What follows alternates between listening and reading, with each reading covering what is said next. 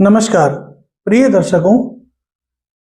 हम सभी के साथ ऐसा होता है कि दरवाजे पे कोई ना कोई संत महात्मा इत्यादि कुछ ना कुछ भिक्षा मांगने के लिए आते हैं।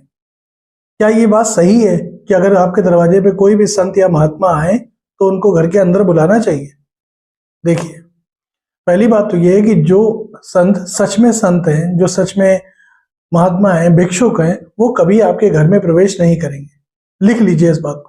जो गुरु प्रदत्त हैं वो कभी आपके घर में प्रवेश नहीं करेंगे। और वैसे भी किसी भी अनजान व्यक्ति को घर में बुलाना कोई अच्छी बात तो है नहीं।